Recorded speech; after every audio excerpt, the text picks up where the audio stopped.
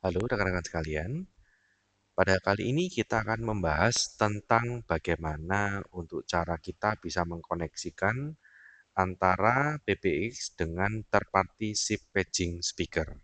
Ya, yang dewasa ini kita ketahui bahwa banyak sekali ya, kita ada produk-produk untuk SIP paging speaker yang bisa memudahkan kita untuk melakukan paging sebagai paging system menggantikan sistem yang lama yang masih berbasiskan analog amplifier gitu ya. Jadi sekarang kita dengan jaringan di perusahaan sudah menggunakan IP, maka kita juga bisa menggunakan ataupun merubah sistem paging kita dari yang sebelumnya adalah menggunakan analog amplifier menuju ke IP device sehingga untuk deployment-nya jauh lebih mudah.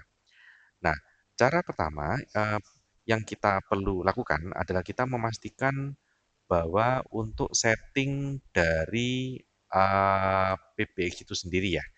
Nah, di sini rekan-rekan bisa lihat untuk setting di PBX ini, saya akan coba ambil contoh salah satu extension yaitu extension 109 di sini ya. Oke, caranya adalah saya masuk ke setting. Nah, kita bisa copy untuk informasi dari extension tersebut, di mana extension number-nya adalah 109, dan kemudian registration name adalah di kode ini, dan juga registration password adalah di kode ini.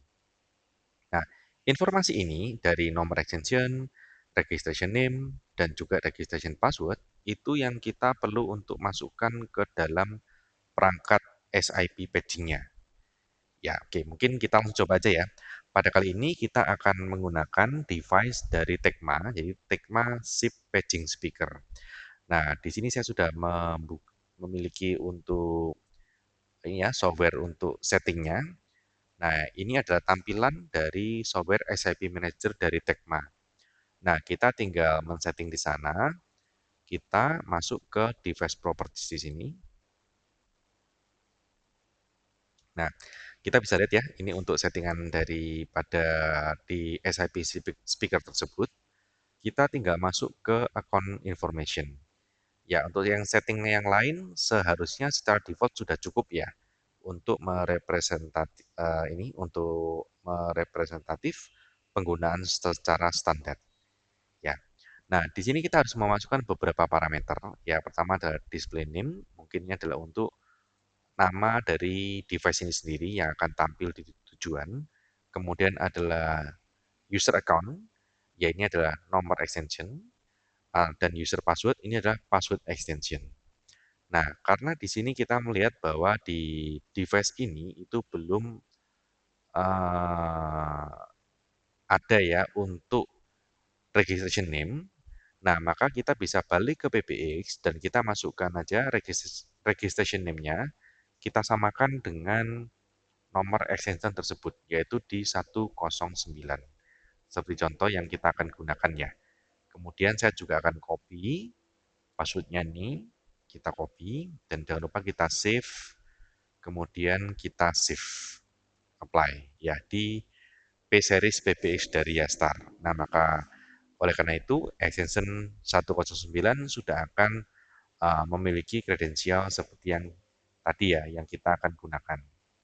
Kemudian kita balik ke SIP Manager, kita bisa masukkan display name, kita mungkin bisa pakai nama, boleh gitu ya, ataupun kita juga samakan dengan nomor extension biar tidak membingungkan. Jadi di 109, user account di sini adalah untuk nomor extension, yaitu di 109, dan untuk user password kita copy paste dari setting dari PBX tadi ya, di dalam P-Series PBX.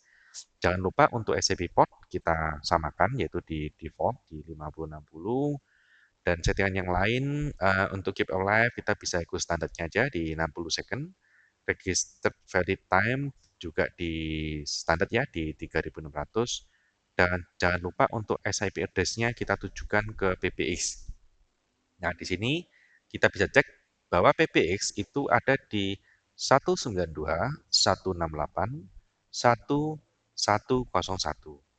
Nah, oleh karena itu kita juga masuk di sini kita samakan yaitu SIP server IP-nya sama di 192, 168, 1.101. Ya, kemudian kita save. Nah, maka SIP device dia akan reboot ya. Dia akan reboot setelah kita input parameternya tersebut. Nah, kita bisa refresh. Nah, kalau misalkan sudah terkoneksi, maka dia akan muncul status online di sini.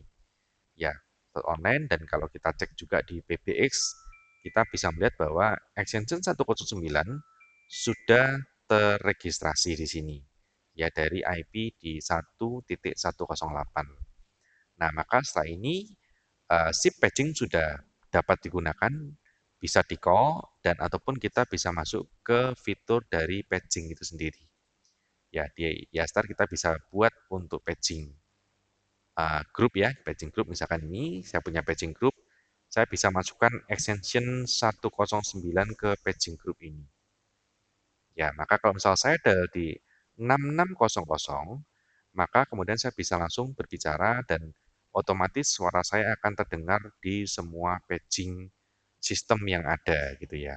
Baik di 109 ataupun nomor-nomor extension lain yang kita gunakan sebagai SIP patching. Ya, kita tinggal save dan kita tinggal apply di sini.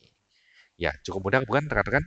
Jadi silakan mungkin rekan-rekan bisa juga ini menjadi satu solusi ya yang bisa ditawarkan ke user dan bisa me-replace gitu ya, terutama untuk sistem patch yang lama mungkin yang sudah obsolete ya, yang masih menggunakan analog amplifier seperti itu. Ya, jadi demikian untuk materi pada kali ini. Sampai jumpa di materi berikutnya. Terima kasih.